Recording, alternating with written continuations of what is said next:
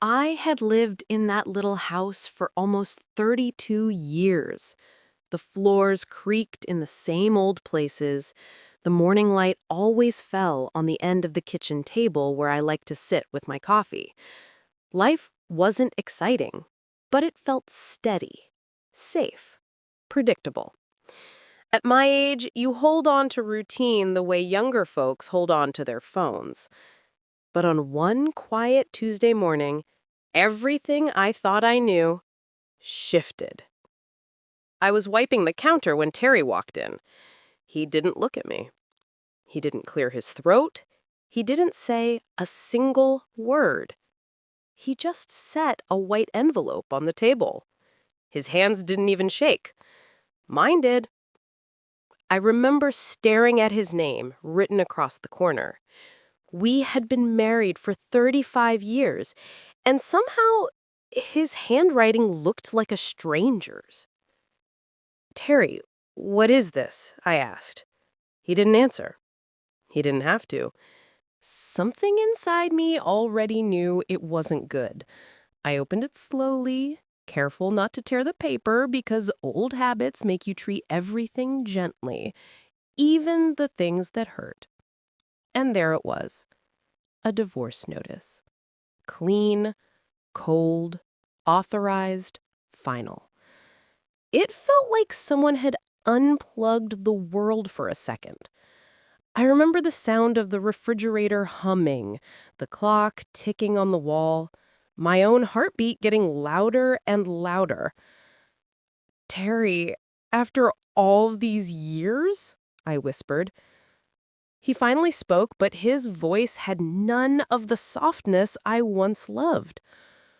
"It's time, Ruth. I want my share of everything. The house, the savings, the pensions. We can do this the easy way or the hard way." Then he picked up his jacket and left the house he promised he would grow old in with me. The door didn't slam, it clicked shut, gentle and quiet, like he didn't want to disturb anything. But he did. He disturbed my entire life. I sat there long after he drove off, holding that letter with both hands.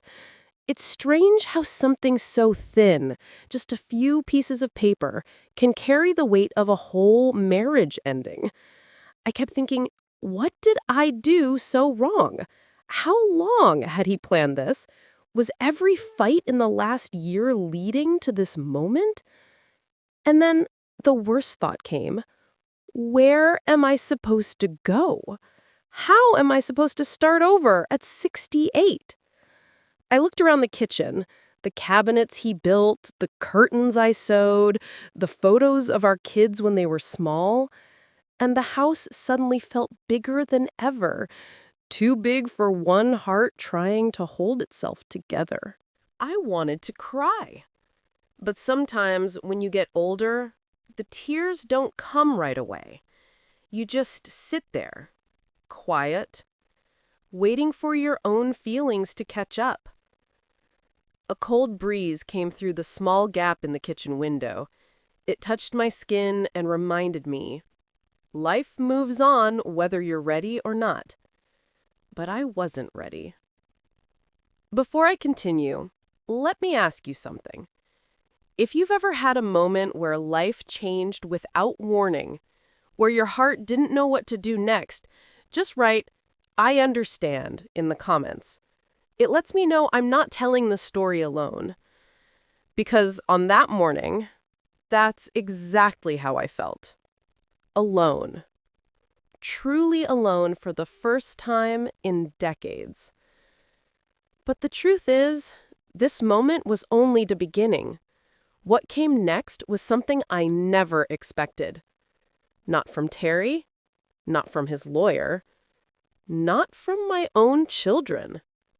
And it changed everything. I didn't sleep much that night.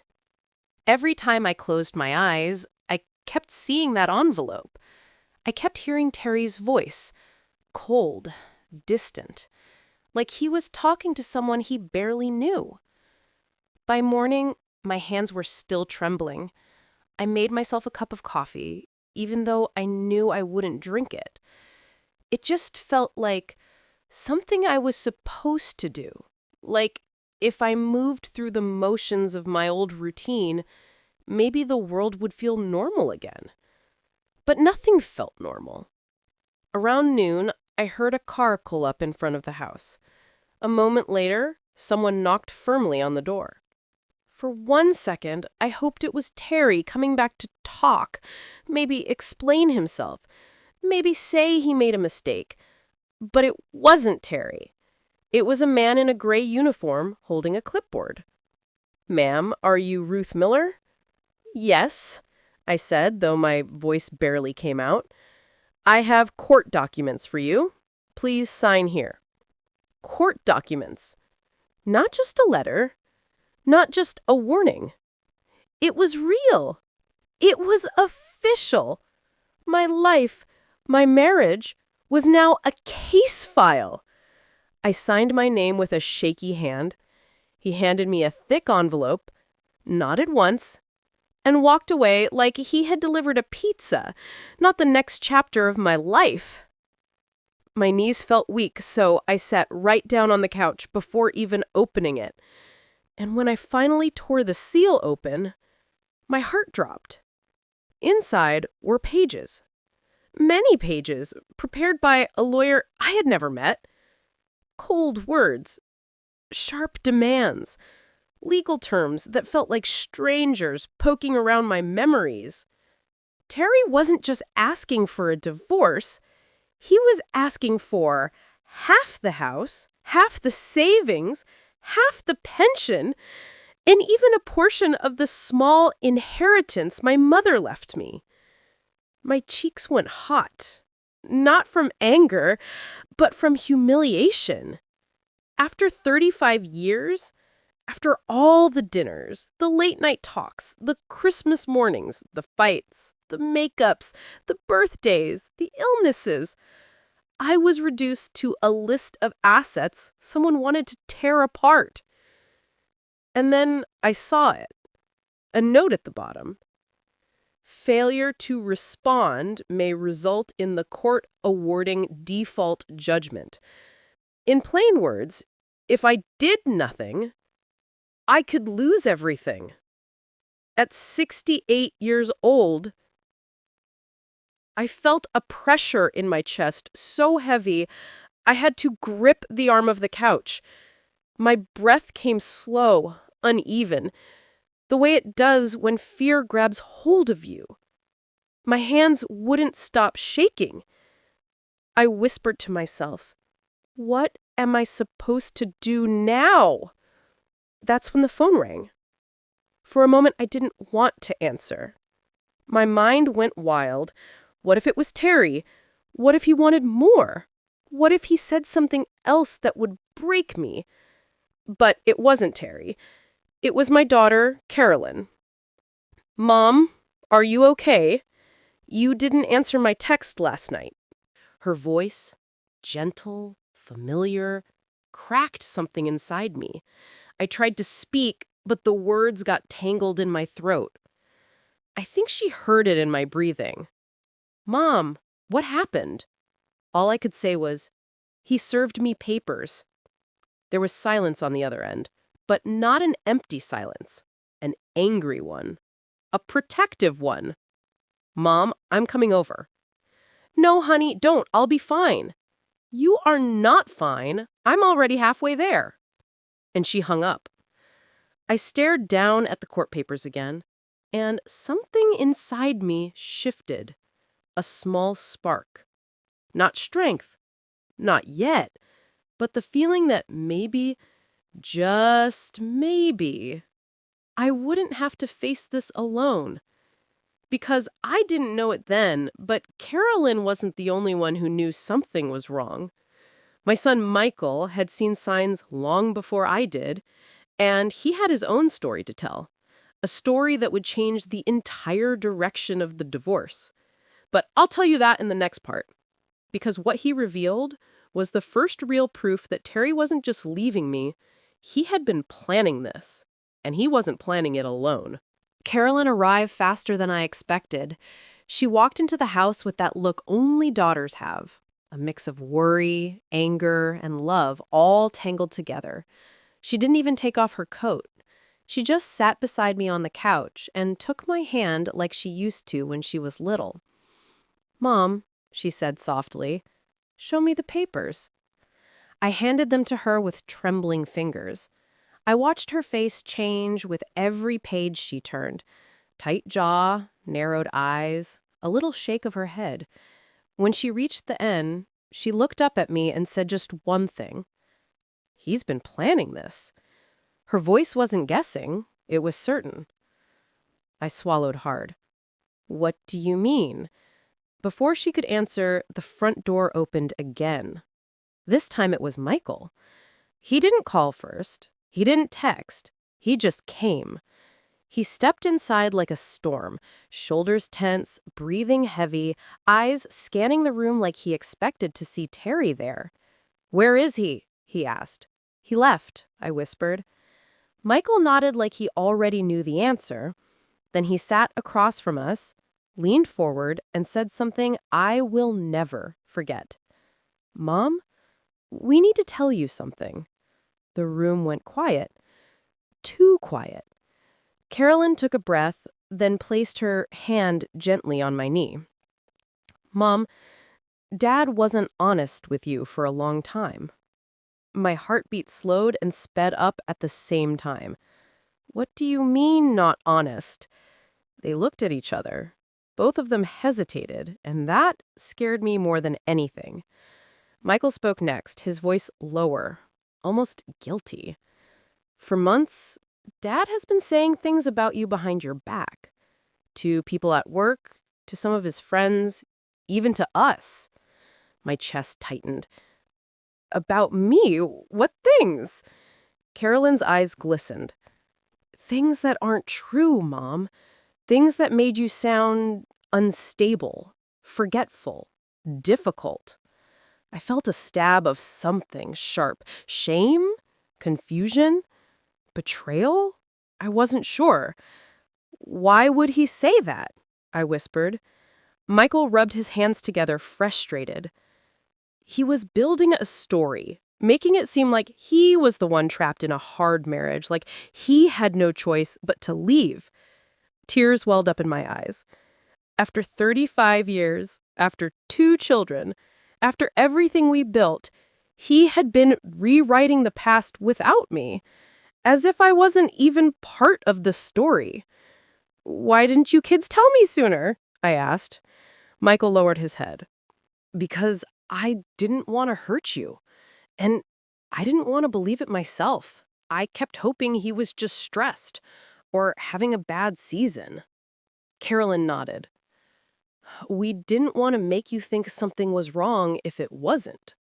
I understood. They weren't trying to hide it. They were trying to protect me. But hearing it now, after the letter, after the court papers, it felt like being hit twice. First by Terry, then by the truth. Michael leaned in and said quietly, "Mom, there's more." My hands froze. "What more?" He reached into his jacket and pulled out his phone. He tapped a few times, then handed it to me. "Listen." I pressed play. At first, I only heard Terry's voice, calm, steady, confident. Too confident. He was talking to someone. I couldn't tell who, but the words sliced right through me. "Don't worry," Terry said in the recording. "I'll get what I'm owed. I've put up with her long enough. She won't fight back. She never does." My breath caught. Then the other voice said something I'll never forget. "Just make sure she signs fast. The longer she waits, the harder it gets to split the assets." Assets. Not a home, not memories, not a life together. Assets. I felt like my insides turned cold. The kind of cold that starts in your chest and spreads to your arms, your legs, even your fingertips. How did you get this?" I asked, barely above a whisper. Michael swallowed hard. I recorded it the last time I visited him. Something didn't feel right. He was bragging, like he had everything figured out. Carolyn squeezed my hand and said, "You're not crazy, Mom. You're not imagining things. Dad has been planning this. Carefully. Maybe for months." I felt a tear finally escape and slide down my cheek. It wasn't just the divorce. It was the betrayal, the plotting, the lies whispered behind my back. I closed my eyes, trying to steady my breathing. "Why would he do this to me?" I whispered. And that's when Michael said something that made my heart stop. "Because he's not alone in this, Mom. There's someone helping him. Someone who wants this just as much as he does." I opened my eyes slowly, meeting his. "Who?" I asked. He took a deep breath. "I'll tell you in the next part, but you need to prepare yourself." His voice shook. "Because it's someone you know." I sat there frozen, staring at Michael, waiting for him to say the name I prayed I'd never hear. My heart thudded so loud I could feel it in my ears. Someone I knew? Someone helping Terry take everything from me? I felt my stomach twist. Michael took a slow breath, the way people do when they're about to drop something heavy. "Mom, it's Linda." I blinked. "Linda? From church?" I whispered. He nodded. And just like that, another piece of my life fell apart. Linda wasn't a stranger. She wasn't some far-off coworker or someone Terry met last week. She had been part of our life for years. We sat next to each other during Christmas services. We helped with bake sales. She hugged me when Terry was sick 5 years ago. She was someone I trusted. And now she was helping him tear my life apart. My chest tightened so hard I had to hold the arm of the couch just to breathe. "How do you know?" I asked, my voice small. Carolyn looked at Michael, telling him to continue. "Because I saw them," he said, "at the diner by the highway. Mom, they weren't just having coffee. They were sitting close, too close." A cold wave washed over me. Linda, sweet smiling Linda, soft-spoken Linda, always ready to help Linda. I remembered the day Terry insisted on driving her home after choir practice. "She doesn't want to walk alone," he told me. I didn't think twice. I trusted people too easily. Now every memory felt poisoned. I felt an ache in my chest, deep and sharp, like something inside me cracked. "How long has this been going on?" I asked, my voice small. Carolyn looked at Michael, telling him silently to continue. "Because I saw them," he said, "at the diner by the highway. Mom, they weren't just having coffee. They were sitting close, too close." A cold wave washed over me. Linda, sweet smiling Linda, soft-spoken Linda, always ready to help Linda. I remembered the day Terry insisted on driving her home after choir practice. "She doesn't want to walk alone," he told me. I didn't think twice. I trusted people too easily. Now every memory felt poisoned. I felt an ache in my chest, deep and sharp, like something inside me cracked. "How long has this been going on?" I asked. Michael looked down. "I don't know exactly, but long enough that they're comfortable together." Carolyn added softly, "Mom, when Dad talked about you being difficult or hard to live with, it was always with Linda. He vented to her first." Those words hit harder than I expected. He went to her, not me, not his wife. For 35 years, I stood beside that man through everything. Through job losses, through his back surgery, through times when we barely had enough to pay bills. And when life got hard for him, he didn't turn to me. He turned to Linda. I let out a long, shaky breath. I feel foolish, I whispered. Carolyn grabbed my hand. No, Mom, don't blame yourself. Dad made his choices, and Linda helped him make them. Michael leaned forward, his voice firmer now. This wasn't a sudden thing. He's been building this, getting advice, planning how to take the house, the savings, everything you built together. The room felt too small, too heavy. I stood up and walked toward the kitchen window, staring out at the yard.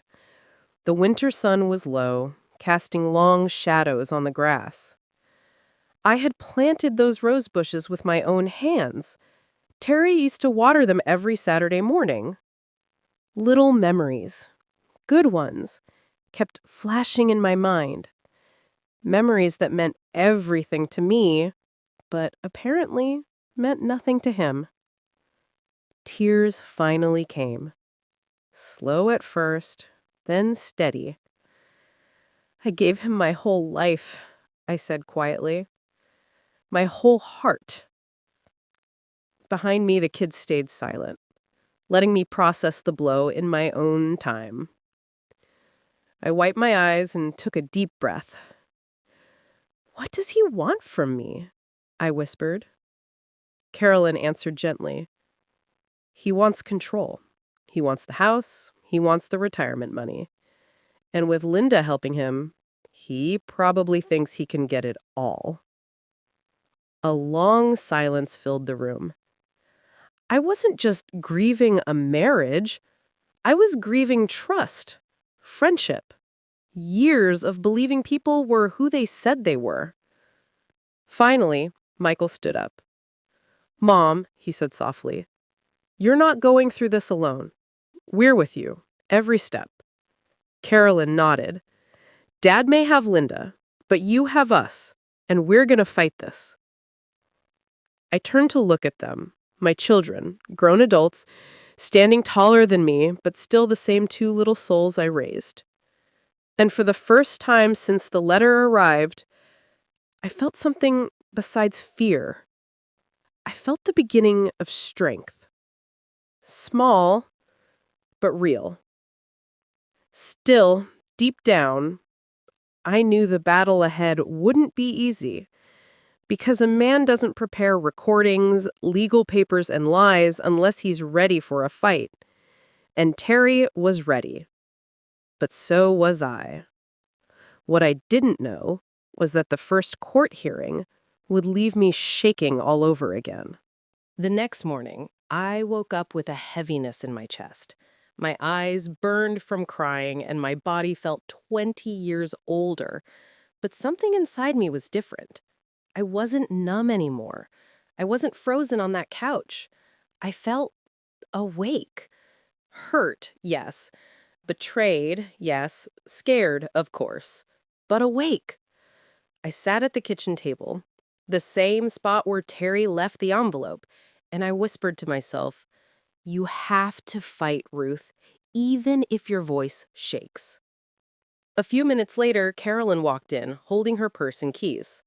Mom, get dressed. We're going to see someone. Who? I asked. A lawyer, she said, firm and steady. My hands tightened around my coffee mug. A lawyer? Honey, I don't even know if I can afford one. Michael stepped in from the hallway. I didn't even know he had stayed the night again. You don't need to worry about that, he said. We found someone who works with seniors. She doesn't charge up front. I swallowed hard. The thought of walking into a courtroom against Terry, against the man who once held my hand during childbirth, felt terrifying. But doing nothing, losing my home, my security, my future, felt even worse. So I got dressed, slowly. I brushed my hair. I put on the same soft blue sweater I wore on days when I needed courage. And then we drove across town. The lawyer's office was small, with warm yellow lamps, framed photos of families, and a bowl of peppermint candies on the desk. It smelled like lavender and old books. Comforting, familiar. Her name was Miss Harris, a woman maybe in her early 50s, with sharp eyes and a calm voice. She opened a folder, clicked her pen, and said gently, "Tell me everything." So I did. I told her about the letter, the court papers, the demands, the recordings, and finally, about Linda. Miss Harris listened without interrupting. Just quiet nods, a few short notes, and eyes that showed she was putting the pieces together. When I finished, she folded her hands and leaned forward. "Ruth, what your husband is doing is unacceptable, and from what you've told me, he may not get what he wants." I exhaled, and it came out shaky. Do I have a chance?" I asked. She gave a small smile. "You have more than a chance. You have evidence. You have witnesses. And you have rights. You are not walking into this alone." Michael squeezed my shoulder. Carolyn reached for my hand again. "And the recordings?" I asked, quietly. They could be very helpful, she said.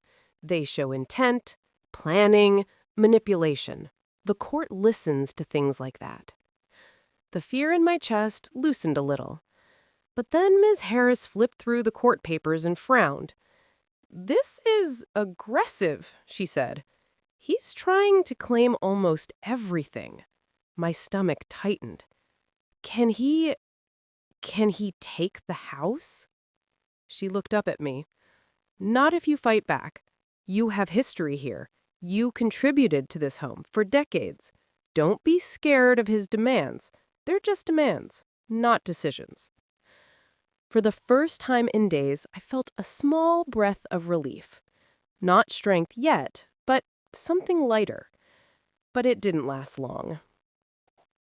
Ms. Harris tapped her pen gently on the table. "Ruth, the first hearing is soon, and Terry's side submitted something I need you to see." She handed me a paper. My hands shook as I read it. He claimed I was mentally unstable, that I forgot things often, that I was difficult to communicate with, and that I had a history of emotional instability. Not one word of it was true. Not one. My heart pounded as the unfairness hit me like a wave. Michael's face turned red with anger. Carolyn looked like she might cry. "Mom," she said softly, "he's lying to the court." Miss Harris nodded. "This is why we fight. This is why you speak up. Men like him count on women your age being too scared to push back." I stared at the paper, my name printed under lies, and something inside me hardened. Not anger, not rage, but a simple, steady truth. I'm not letting him rewrite my life. Ms. Harris smiled gently. "That's the spirit we need." She closed the folder. "Get some rest, Ruth. The hearing is in a few days. And when you walk into that courtroom, you won't be alone. You'll walk in with the truth." I took a deep breath, a deep, steady one, because for the first time, I didn't feel like a victim. I felt like someone who still had something worth fighting for. What I didn't expect was what would happen inside that courtroom, because the first hearing would change everything. The morning of the hearing, I felt like my whole body was made of glass. Every step from my bedroom to the front door felt heavy. My stomach twisted with fear, the kind of fear you feel when you're walking towards something you can't avoid. Carolyn held my hand as we walked to the car. Michael carried the folder with the recordings and documents. No one spoke on the drive. Sometimes silence says everything. The courthouse sat at the end of the street like a big gray reminder that life doesn't always stay peaceful. Inside, the hallways were cold. The floors echoed with footsteps. People whispered in corners, holding folders just like mine. I felt small, lost, like a woman who didn't belong in places like this. But then Carolyn squeezed my hand. "Mom, breathe. We're right here." That helped. Ms. Harris met us outside the courtroom. She wore a simple dark suit and held a notebook. She smiled when she saw me. "Ready?" she asked gently. I wanted to say no. I wanted to say I was terrified. I wanted to say I didn't know how to be strong in rooms like this. But instead, I nodded. Inside, the courtroom was quiet but tense. The judge sat high above, reading papers. A few people whispered to each other. And there he was, Terry, sitting across the room with a new, expensive-looking lawyer, wearing the shirt I bought him years ago, looking calm. Too calm. And next to him, my heart dropped. Linda, not sitting beside him, but sitting close enough that their knees nearly touched. She wore a soft pink sweater, her hair neatly curled. She looked almost proud to be there. The moment her eyes met mine, she looked away. Shame. Or guilt. Or both. I didn't know. I didn't care. Miss Harris leaned toward me. "It's okay, Ruth. Just focus on me, not them." The court called the room to order. Both sides stood. Terry's lawyer began first. "Your Honor," he said, his voice smooth, "this is a simple case. Mr. Miller has supported his wife for decades. Unfortunately, she has become emotionally unstable and difficult to live with. We have concerns for her mental state and her ability to manage finances." The words hit me like a slap. Emotionally unstable. Difficult. Unable to manage money? After everything I did for that man, after every sacrifice, after raising our children while he worked late, he repaid me with this. I felt Carolyn's hand tighten around mine. Michael's jaw clenched. Miss Harris whispered, "Let him finish, then we speak."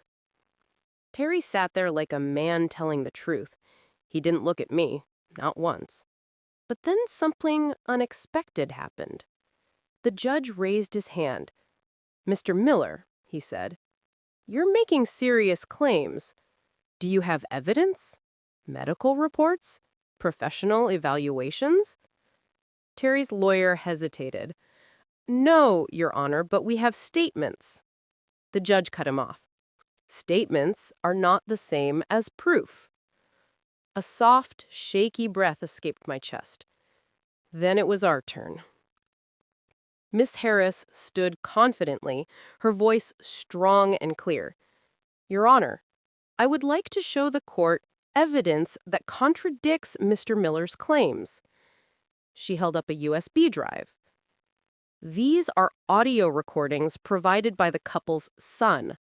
They show Mr. Miller discussing his plan to obtain assets by creating a false narrative about his wife." Terry's lawyer tried to interrupt. "Your Honor, this is unfair." But the judge raised his hand again. "Quiet. Let's hear the recordings." The clerk played them through the speakers. Terry's voice filled the room. "She won't fight back. She never does. I'll get what I'm owed. She just signs whatever I put in front of her." My stomach twisted. Hearing it out loud, hearing a man I loved speak about me like that, felt like being cut open. Linda's face turned pale. Terry stiffened. The judge listened carefully, eyes narrowing. Miss Harris stepped forward. "Your Honor, this shows intent to manipulate the division of assets. It also shows a deliberate attempt to paint Ruth Miller as unstable." She placed another document on the table. Additionally, we have a written statement from the couple's daughter confirming Mr. Miller's behavior. The judge leaned back in his chair. Mr. Miller, this is concerning, very concerning. Terry finally looked at me, not with love, not with regret, but fear, real fear. The judge continued, until a full review is complete, Mrs. Miller will retain temporary rights to the home. All financial accounts are to be frozen until further notice, and both parties are ordered not to make any large transactions. My breath caught. I wasn't losing the house. Not today. The judge glanced at me, then at Terry. This court takes manipulation seriously. We will proceed carefully. Then he banged the gavel. Next hearing in 6 weeks. As everyone stood, Linda touched Terry's arm. He shook her hand off. Michael whispered, "He didn't expect you to fight back." Carolyn hugged me from the side, and for the first time since this nightmare began, I felt not just relief, but power. A small power. Shaky, but real. As we walked out of the courtroom, Miss Harris smiled at me. "You did well," she said. "Now we prepare for the final hearing." But none of us knew the real shock wasn't what happened in court. It was what happened the night before the final hearing. And it changed everything. The 6 weeks between hearings felt long. Some days I woke up strong. Other days, the smallest thing, a song on the radio, an empty chair at the table, made my heart ache. But I kept going. I went to the senior center on Wednesdays. I joined a small baking group run by a woman named Marlene. I started making cinnamon bread again, the kind my kids loved when they were small. Piece by piece, I started feeling like myself again. Not the woman Terry tried to make me, not the version Linda whispered about, but me. Strong, soft, steady, still here. But the night before the final hearing, everything took a turn. I was in the kitchen cleaning up when someone knocked on the door. Not loud, not urgent, just a gentle knock. When I opened it, I froze. It was Linda. Her eyes were red. Her makeup looked smudged. She held her purse against her chest like she needed something to cling to. "Ruth," she whispered, "can I talk to you?" Every muscle in my body tensed. My first instinct was to close the door, but something, curiosity maybe, kept me from doing it. I stepped aside. She walked in carefully, looking around like she expected the house to yell at her. She sat at the edge of the couch, shoulders shaking. "I came to apologize," she said quietly. I didn't respond. I just watched her. She wiped her eyes. "I didn't know he was going to hurt you like this. I thought he loved me. I thought I mattered to him." Her voice cracked. "And now he's doing the same thing to me." My stomach tightened. "What do you mean?" I asked. She swallowed hard. "He accused me of ruining his life.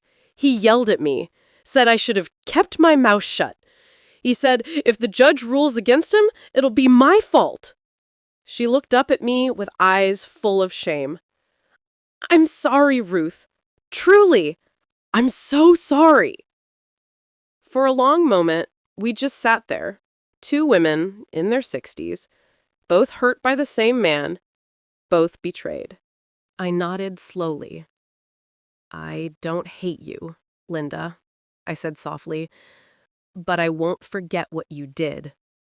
Tears spilled down her cheeks. "I understand." She reached into her purse and pulled out something I didn't expect. A stack of printed emails. Messages from Terry. Dates, times, instructions. "Take these," she said. They explain everything. The lies, the plan. I can't be part of this anymore. I stared at the papers. Evidence. Real, sharp, undeniable proof. You don't have to help me, I said quietly. She shook her head. I know, but I need to do this to sleep at night. She stood slowly, wiped her tears, and walked to the door. Before leaving, she turned. I hope you get the life you deserve, Ruth. And then she left. I sat there for a long time with those documents in my hands. I wasn't angry anymore. I wasn't scared. I was ready. The next morning, in the courtroom, the judge looked through the new evidence with raised eyebrows. He questioned Terry. He questioned his lawyer. He even asked to speak to Linda privately. Terry's face went pale. He couldn't hide behind lies anymore. At the end, the judge ruled. I would keep the house. I would keep my share of the savings. I would keep my pension. And Terry was ordered to pay legal fees because of his dishonest actions. I didn't win out of revenge. I won because truth still matters, even in a world that sometimes feels unfair. After the hearing, Terry wouldn't look at me. He walked out fast, shoulders hunched, as if avoiding the weight of his own decisions. I didn't chase him. I didn't call out. I didn't need closure from him. I found it on my own. Outside the courthouse, the sun was warm. Carolyn hugged me tight. Michael kissed my forehead, and Miss Harris smiled proudly. And for the first time in a long time, I felt peace. Real peace. In the weeks that followed, I planted new roses in the yard. I baked bread for the senior center. I joined a walking group. I even took a painting class, something I always wanted to try, but never did. Life didn't go back to what it was. It became something better, quieter, simpler, but mine. All mine. And if someone listening to my story today is going through something painful, if you're starting over at an age where you thought life was settling down, just remember this. You are stronger than you think. You deserve respect. And it's never too late to choose yourself. If you felt this story in your heart, just write "still standing" in the comments. It lets me know this story found the people who needed it. Thank you for listening. Your time and your heart matter to me.